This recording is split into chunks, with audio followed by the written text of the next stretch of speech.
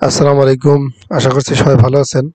আজকে একটা সমালোচনামূলক ভিডিও নিয়ে আসলাম।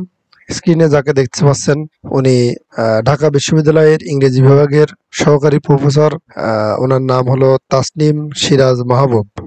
উনি সম্প্রতি ওনার একটা ভিডিও অনলাইনে ভাইরাল হয়েছে। তো উনি বেশ কিছু বিষয়ে কথা বলেছেন। এর মধ্যে কিছু বিষয় ভালো ছিল, কিছু বিষয় সমালোচনাযোগ্য। তো চলুন হালকা সমালোচনা করি। যদিও উনি অনেক সম্মানিত একজন ব্যক্তি, তারপরেও দেশের স্বার্থে আমরা সবারই সমালোচনা করতে পারি, গঠনমূলক সমালোচনা। তো চলুন আগে তার সম্পর্কে কিছু তথ্য জেনে নিই।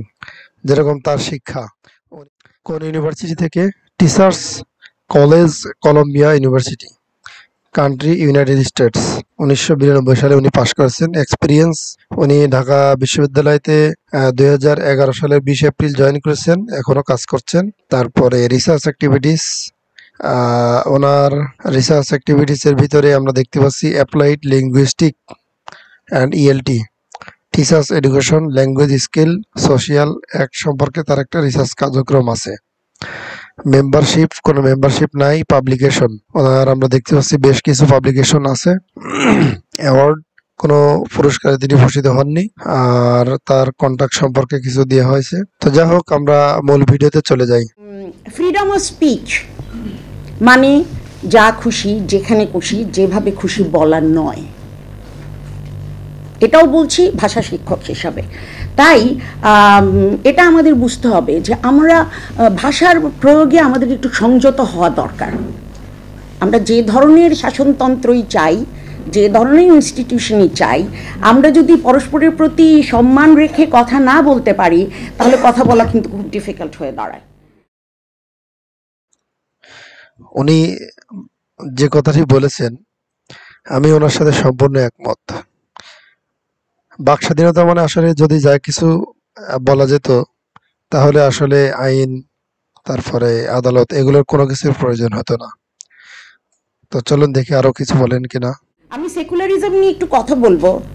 ধর্ম নিরপেক্ষতাকে ধর্মহীনতা কেন ধরা হচ্ছে? নিরপেক্ষ মানে ধর্মের ভিত্তিতে কারো প্রতি পক্ষপাতমূলক আচরণ করা হবে না। যে আচ্ছা উনি মুসলিম, উনি আমার মুসলিম ভাই বা বোন, এই কারণে ওনাকে আমি ফেভার করব না। আপনি বলতে চাচ্ছেন ধর্ম নিরপেক্ষতা এবং ধর্মহীনতা দুটা আলাদা জিনিস। একজন মুসলমান হিসেবে আপনি আমাকে একটু বলেন যে কোরআন এবং হাদিসে একজন মুসলমান শুধু মুসলমান হিসেবে বিচারের ক্ষেত্রে কোনো স্পেশাল ট্রিটমেন্ট পাওয়ার কোনো সুযোগ আছে কিনা?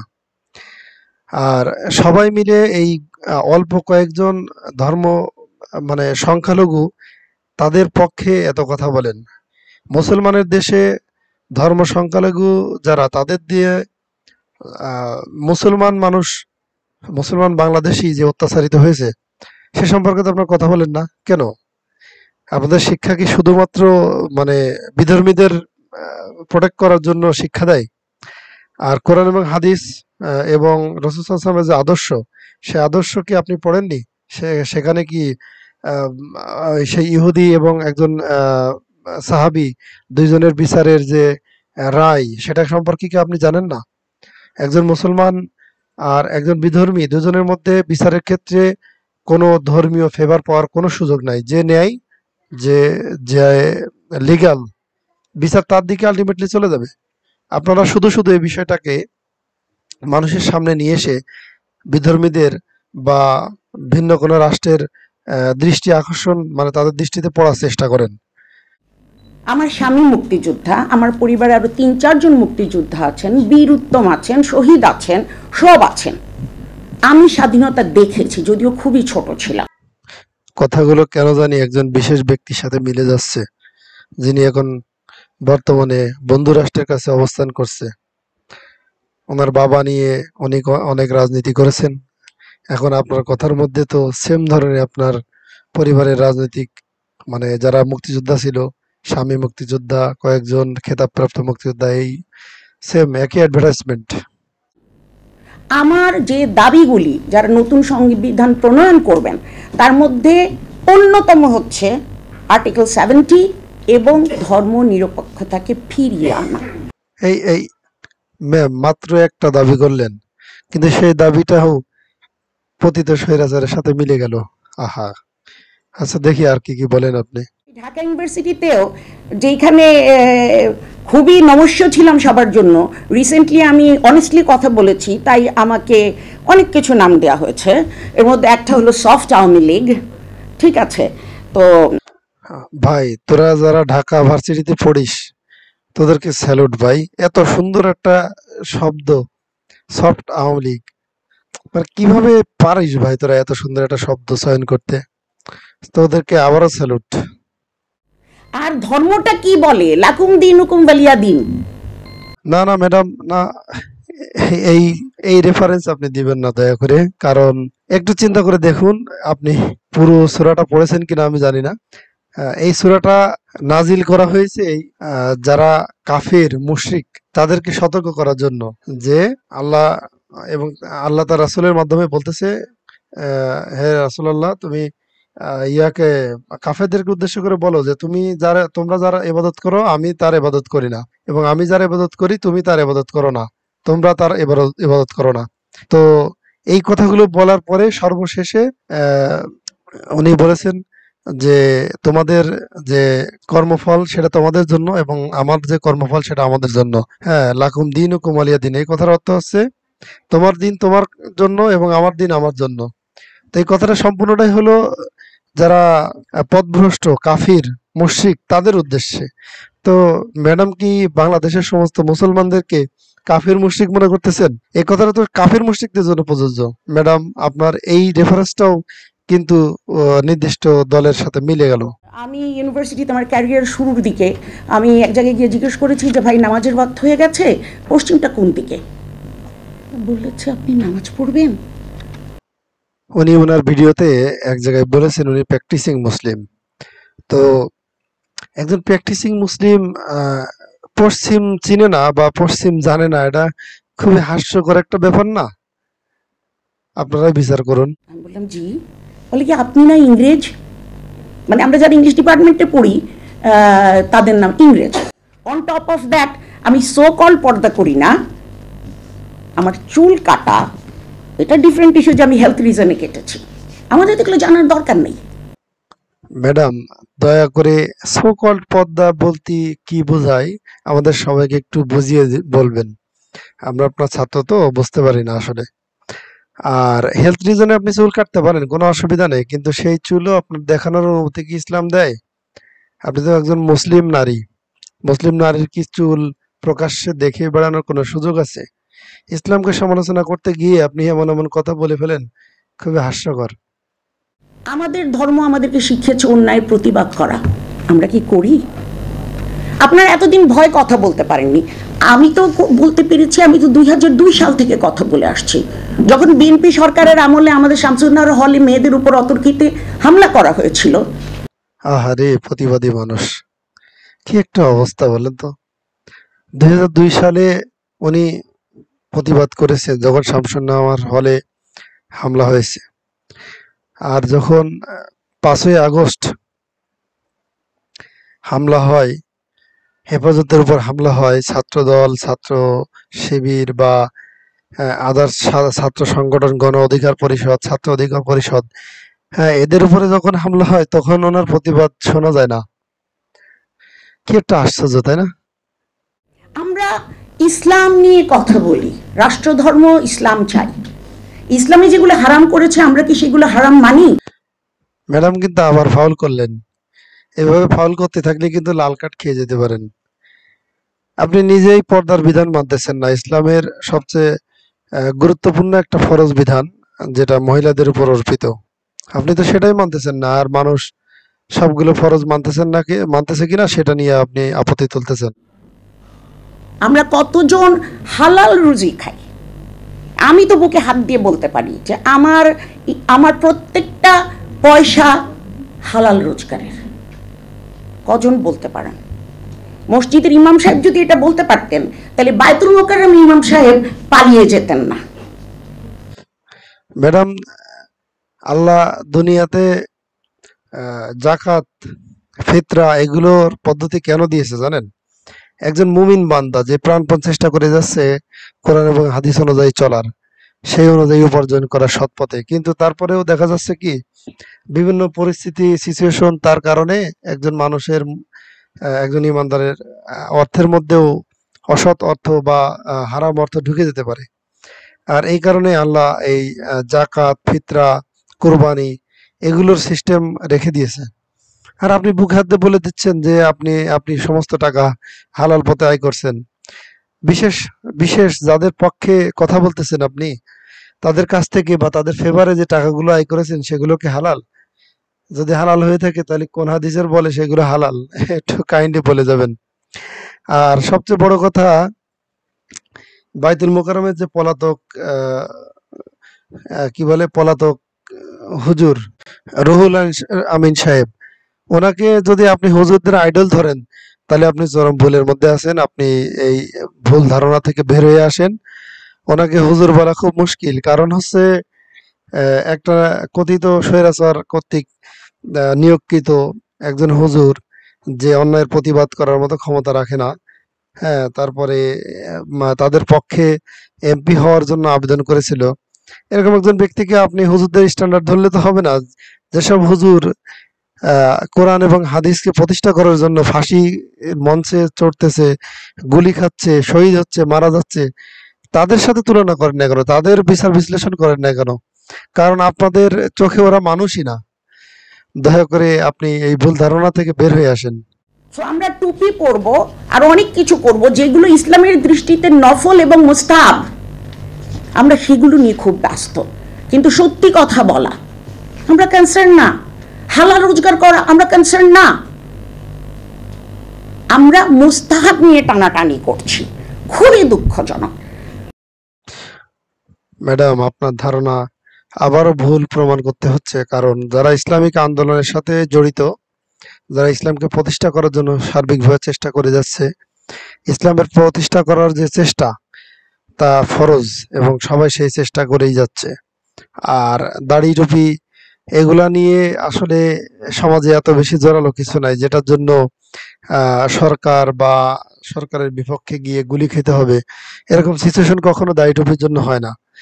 আর দাড়ি টুপি নিয়ে যখন মানুষ কথা বলছে তখন ম্যাডাম আপনি এখানে লেকচার দিতে আসেন নাই। আর সত্য কথা বলা নিয়ে আপনি যে কথাটা বললেন, আপনি কি এই লেকচারের মধ্যে সবগুলো সত্য কথা বলছেন? আমার বাড়ি সিলেটে, আমি খুব একটা ধর্মপ্রাণ ফ্যামিলি থেকে এসেছি। আমাদেরকে ছোটবেলা থেকেই ওভাবে বড় করা হয়েছে, সাথে করে আমাদেরকে একটা মুক্ত মন দেয়া হয়েছে যে ধর্মের ভিত্তিতে মানুষকে জাজ করবে না। Caste, creed, colour, religion, ethnicity এগুলো দিয়ে মানুষকে জাজ করবে না। আমার ধর্মও তো এটা বলেনি। একজন ইহুদির লাশ যাওয়ার সময় হযরত মুসলিম শ্রদ্ধা জানিয়েছেন, একজন সাহাবী বলেছেন হুজুরে পাক ও তো ইহুদি। বলে তাতে কি, সে তো মানুষ। একটা মৃতদেহ যাচ্ছে, আমি তার প্রতি সম্মান জানাবো, এটাই আমার ধর্ম আমাকে শেখায়। আমি বারবার শুধু অবাক হয়ে যাচ্ছি, এই ম্যাডামের দরদ খালি হলো বিধর্মীদের প্রতি। উনি আসলে কোন ধর্মের অনুসারী আমার সন্দেহ লাগতেছে। কারণ দেখেন, একজন মুসলমান মানে মুসলিম কোন নেতা মারা গেলে ওনার কোনো ব্যথা লাগতেছে না, কিন্তু ইহুদি মারা গেলে ওনার ব্যথা লাগতেছে, নাসারা মারা গেলে ওনার ব্যথা লাগতেছে। উনি নাকি আবার তথাকথিত খুব একটা মুসলিম পরিবারের মেয়ে। এর সামান্য পদ্মার শিক্ষাটুকু সে পায়নি, আবার কিসের মুসলিম পরিবারের মেয়ে? কিভাবে দাবি করে সে? তার সমস্ত কথাবার্তা অমুসলিমদের পক্ষে যায়। সে কোনো অবস্থাতেই মুসলিম পরিবারের সম্ভ্রান্ত মুসলিম পরিবারের সদস্য হতে পারে না। হ্যাঁ, এটা একটা অসত্য কথা। আমার ধর্ম পরমত সহিষ্ণুতা শিখায়। ওর সাথে আমার মতের মিল হলো না, গিয়ে দিলাম একটা চড়, আরে এই বেটা তো হিন্দু। বিনা অপরাধে কোনো হিন্দু বা অন্য কোনো ধর্মের মানুষের তার শুধুমাত্র তার ধর্মীয় পরিচয়ের কারণে কেউ কি তার গায়ে হাত দেয়? এরকম দেওয়ার কোনো সুযোগ কি ইসলাম দেয়? কখনোই দেয় না। আপনি অন্যায়ের প্রতিবাদ করেন, কিন্তু ধর্মকে টেনে নিয়ে আসতেছেন কেন? একজন মানুষ যদি অন্যায় করে, অন্যায়ভাবে যদি কেউ কারো গায়ে হাত তোলে, সেটার প্রতিবাদ করেন। আপনি এখানে ধর্ম টেনে নিয়ে আসতেছেন কেন? আপনার তো উদ্দেশ্য সৎ না। আপনার উদ্দেশ্য সৎ থাকলে ধর্মীয় কারণে কেউ কখনো মানে একজন মানুষ হিন্দু বলে কেউ কারো গায়ে হাত তোলে না, সে হিন্দু বলে তার গায়ে হাত কখনোই তোলে না। আপনি একটা ভুল মতবাদ প্রচার করতেছেন, আপনার এই কথার মাধ্যমে একটা রং মেসেজ যাচ্ছে। আমাদের একটা খুব পপুলার আমাদের দেশে এখন একটু কম হয়, আগে হতো ইহুদি নসারা বা ইহুদি নাসারা। আমরা মোবাইল ইউজ করছি, সবার হাতে মোবাইল, ক্যামেরা ইউজ করছি, আমরা সবাই কোভিডের টিকা নিয়েছি, আমরা যা যা করেছি এগুলো সব ইহুদি নাসারাদের বানানো। আমাদের যতটুকু ভালো লাগে ততটুকুই নিব, আর বাকিটা নিব না, তা হবে না, তা হবে না। আমি তো ধীরে ধীরে ম্যাডামের ভক্ত হয়ে যাচ্ছি দেখছি, কারণ কোরআন এবং হাদিসের কোথায় কোন নির্দেশনা দেওয়া আছে যে ইহুদি নাসারাদের উৎপাদিত কোনো পণ্য ব্যবহার করা যাবে না? রাসূল সাল্লাল্লাহু আলাইহি ওয়াসাল্লাম ইহুদির রুটির দোকানে কাজ করতেন, ঠিক আছে? তারপরে অনেক অমুসলিমের টাকায় কাবাঘর এর যে ইট বা প্রস্তর বা পাথর এগুলো কেনা হয়েছে। তারপরে এরকম অনেক ইতিহাস, অনেক নজির আছে, অনেক আছে যারা মুসলিম হওয়ার আগেও ইসলামের জন্য দান করেছেন, সে দান গ্রহণ করা হয়েছে। তো এরকম কোনো নির্দেশনা কি আছে যে আহ, আপনার অমুসলিমের তৈরি কোনো প্রোডাক্ট ব্যবহার করা যাবে না? এরকম কোনো নির্দেশনা নাই। আর কিছু অংশ মানবেন, কিছু অংশ মানবেন না, এই কথাটা ইসলামে প্রবেশের ব্যাপারে বলা হয়েছে। পবিত্র কোরআনে বলা হয়েছে যে তোমরা ইসলামে সম্পূর্ণভাবে প্রবেশ করো। কিছু অংশ মানবে, কিছু অংশ মানবে না, তা হবে না, প্রত্যেকটা অংশই আপনাকে মানতে হবে।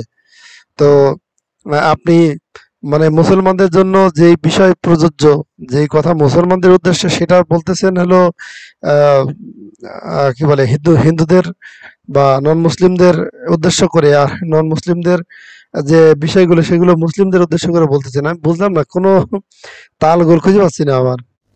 আপনার ধর্ম আপনার কাছে, আমার বাসায় আমি কি করি সেটা আমার বিজনেস, সেটা আমার আর আমার আল্লাহর কি। আপনাকে এই মাতবরি করার কে অধিকার দিয়েছে যে আপনি আমাকে জাজ করবেন? আগে নিজেরকে সংশোধন করি, তারপরে আমি অন্যকে জাজ করব। জাস্ট বিকজ একটা মানুষ নন মুসলিম, এই কারণে তার কোনো অধিকার থাকবে না এই দেশে। যেই দেশে সহিংসতার ভয়তে হুজুর এবং মাদ্রাসার ছাত্ররা গিয়ে মন্দির পাহারা দেয়, যেখানে আল্লাহর প্রতি শিরক করা হয়, শুধুমাত্র তার নিরাপত্তার অধিকার রক্ষা করার জন্য এরকম কাজ ঘটে যে হুজুর এবং মাদ্রাসার ছাত্ররা গিয়ে সেখানে পাহারা দিচ্ছে। আপনি এরপর কিভাবে বলেন যে একজন নন মুসলিম তার অধিকার থাকবে না? আমরা তো অন্ধ দেখতেছি, আপনাদের চোখ আসলে হৃদয়ের চোখ বন্ধ।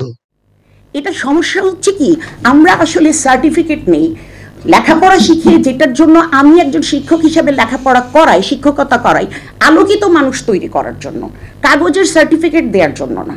কিন্তু এই দেশে পিএইচডি করার পরেও মানুষ কাগজের সার্টিফিকেটধারী হয়। তারা ধর্ম নিরপেক্ষতার সাথে ধর্মহীনতা গুলিয়ে ফেলে, এরা কিন্তু সমর্থক নয়। ম্যাডাম, আমার কাছে মনে হয়েছে আপনি শুধু সার্টিফিকেট অর্জনের জন্যই পড়াশোনা করেছেন, মানুষ হওয়ার জন্য না।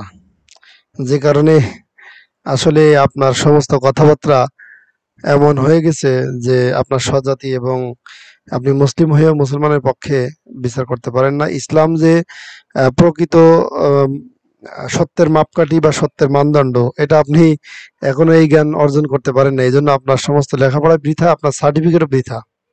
সব কিছুতে ইসলামকে ব্যবহার করতে, যেখানে আমার জন্য এটা সুবিধা। আরে, সবকিছুতে ইসলাম ব্যবহার করি, এটা তার অভিযোগ। কোরআন নিজে বলতেছে যে এটা প্রকৃত এবং পরিপূর্ণ জীবন বিধান। তাহলে জীবনের যেই ক্ষেত্রে আপনার প্রয়োজন পড়বে সেই ক্ষেত্রেই, জীবনের কোনো ক্ষেত্রই কোরআন এবং ইসলাম ছাড়া চলবে না। এটা কি আপনি বোঝেন না মুসলমান হিসেবে? তো ইসলাম তো বলেছে মিথ্যা কথা সব পাপের মা। আমি গর্ব করে বলি যে আমি মিথ্যা কথা বলি না। আমার বছরের কোটা 10টা, 6 থেকে 7টা বলি ছাত্রদের রেফারেন্স লেটার লেখার জন্য, রিকমেন্ডেশন লেখার, যে মোস্ট অলসটা কেউ বলি হার্ডওয়ার্কিং, কারণ এখানে তার জীবন জীবিকা নির্ভরশীল। আর বাকি 2-3টা বলি যেখানে আমি সত্যি বললে একজনের অনেক বড় ক্ষতি হয়ে যাবে।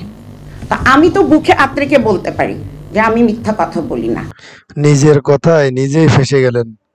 নিজেই বলতেছেন যে আপনি মিথ্যা কথা বলেন না, আবার বলতেছেন ছাত্রদের জন্য আপনি সুপারিশ করেন মিথ্যা, সবচেয়ে অলসটাকে আপনি সবচেয়ে কর্মঠ হিসেবে লিখে দেন।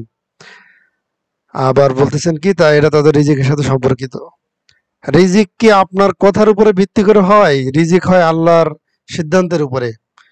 পৃথিবীতে রিজিক একমাত্র জিনিস যেটা আল্লাহ একদম সরাসরি নিজের হাতে রেখেছে, তা না হলে পৃথিবীর কত পশু, কত প্রাণী, কত ছোট জীব অনুজীব যে না খেয়ে মারা যেত শুধুমাত্র আপনাদের মতো শিক্ষিত মানুষের কারণে। যারা মনে করে যে তাদের প্রত্যেকটা টাকা হালাল, যারা নির্দিষ্ট দল বা নির্দিষ্ট গোষ্ঠীর কাছ থেকে টাকা পয়সা বা ফেভার নিয়ে তারা এখনো মনে করে যে তারা হালাল পয়সা খাইতেছে। এত সহজ না ম্যাডাম। নিজের কথার মধ্যে নিজে ফেঁসে যাচ্ছেন আপনি, যে আপনি মিথ্যা কথা বলেন না, আবার বলতেছেন যে আপনার ছাত্রদের জন্য আপনি মিথ্যা কথা বলেন কেন? হোয়াই? আপনি সত্য কথা বললে কি তার রিজিক বন্ধ থাকবে? না। আর আপনি মিথ্যা কথা বলে একজন অযোগ্য লোককে, একজন অলস লোককে আপনি উপরে এক জায়গায় তুলে দিচ্ছেন, যাতে দেশ ও জাতির ক্ষতি হচ্ছে। এই দেশ ও জাতির ক্ষতির অধিকার আপনাকে কে দিয়েছে? আমরা কি মুসলিম আইন ফলো করি না ব্রিটিশ আইন ফলো করি? সম্পত্তির ক্ষেত্রে আমরা মুসলিম আইন ফলো করি, তালাকের ক্ষেত্রে আমরা মুসলিম আইন ফলো করি। সো আমাদের যেটা সুবিধা আমরা সেটাই করি। সব ক্ষেত্রে কি মুসলিম আইন প্রতিষ্ঠা করার চেষ্টা করেছেন কখনো?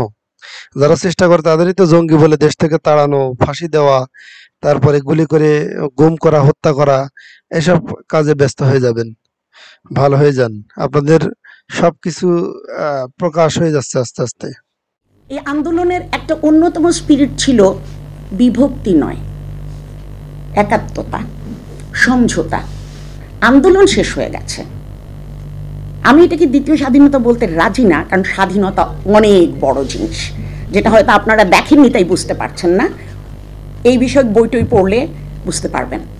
অন্য একটা দেশের পাঁচাটা লোকগুলো ক্ষমতায় বসেছিল, যারা নিজের দেশের স্বার্থ থেকে সেই দেশের স্বার্থকে বেশি প্রাধান্য দিয়েছে।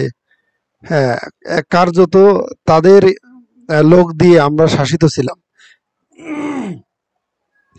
সেখান থেকে মুক্তি পাওয়াকে আপনি দ্বিতীয় স্বাধীনতা বলবেন না? স্বাধীনতার সময়ও মানুষের রক্ত ঝরেছে, এই সময়েও মানুষের রক্ত ঝরেছে, তারপরও স্বাধীনতা বলতে আপনার লজ্জা। এতে বোঝা যাচ্ছে যে আপনি কতটুকু এর স্বাধীনতার পক্ষে ছিলেন। আমিও মনে করি এই সংবিধানে আমার ক্ষুদ্র বুদ্ধিতে যতটুকু আমি জানি সংস্কার প্রয়োজন। দরকার হলে আপনি পুরোটা যদি আমি বলবো না ডাস্টবিনে ফেলে দেন, দ্যাটস ভেরি ডিসরেসপেক্টফুল। পুরোটা সংশোধন করেন, আমার কোনো অসুবিধা নাই। কিন্তু ভাই, আমি যে ধর্ম নিরপেক্ষতা চাই, কারণ আমার ইসলাম তাই বলে। আরে, আপনার ইসলাম ধর্মনিরপেক্ষতার কথা বলে? কোন জায়গায় বলেছে? একটু রেফারেন্স দিয়ে যাবেন, জাতি জানতে চায় আপনার কাছে। ঠিক আছে, আপনি কোন ধরনের ইসলাম পালন করেন সেটাও একটু বলে যাবেন। কোন ইসলাম পালন করেন, আর কোন ইসলাম পালন করে মানুষ ফাঁসির কাস্টে ঝুলতেছে, সেটার সাথে আমরা একটু তুলনা করে দেখতে চাই। ধর্মের ভিত্তিতে আমি কাউকে জাজ করব, এই অধিকার আমার ধর্ম আমাকে দেয়নি। ঠিক আছে, এখন আশা করি অক্ষত বেরিয়ে যেতে পারবো। কি কটাক্ষমূলক তার ভঙ্গি ছিল! হ্যাঁ, ইনি অক্ষত বেরোতে পারবেন না এরকম একটা শঙ্কার কথা তিনি প্রকাশ করেছেন। মুসলিম বা ইসলাম যারা পালন করে তারা কি মানুষকে কথা বলার জন্য আক্রমণ করে? কোনো মুসলমান আক্রান্ত না হইলে কখনোই কারোর উপরে প্রতি উত্তর করে না, কখনোই না। দেখেন শাপলা চত্বরে কত মানুষ মেরেছেন আপনারা, কিন্তু কেউ একটা ঢিল ছুঁড়ে মারছে, কেউ একটা গুলি করছে? কারো কাছে গুলি ছিল না অস্ত্র ছিল? তারপরে দেশের যারা মুসলমান, আপামর জনতার মধ্যে যারা মুসলিম, তারা কি কখনো অস্ত্র শস্ত্র নিয়ে কখনো সংগ্রাম করছে? আপনারা এত নিচু মানসিকতার কেন? আপনারা এই কেন মুসলমানদেরকে এত নিচু ভাবে উপস্থাপন করেন? আপনি নিজেকে মুসলমান পরিচয় কেন দেন? আপনার প্রত্যেকটা কথাই হচ্ছে ইসলাম বিরোধী, আবার আপনি নিজেকে মুসলিম হিসেবে পরিচয় দেন কি জন্য? আপনার মুসলিমদের লেবাস ধরে আপনারা মানে মুনাফিকের মতো আচরণ করে যাচ্ছেন। আপনাদের কারণে আজকে মুসলমান এবং ইসলাম এত নিগ্রহের শিকার। ঠিক আছে, আপনারা এই দেশ, সারা পৃথিবীময় আপনাদের মতো মানুষ বিদ্যমান, যারা এই মুসলমান সমাজকে পচাইয়া শেষ করে ফেলেছে। মুসলমান যে, ইসলাম যে একটা শান্তির ধর্ম, মুসলমান যে শান্তির বাণী ছড়ায়, আপনারা সেই জিনিসটা প্রচারই করতে দেন না কেন? হয়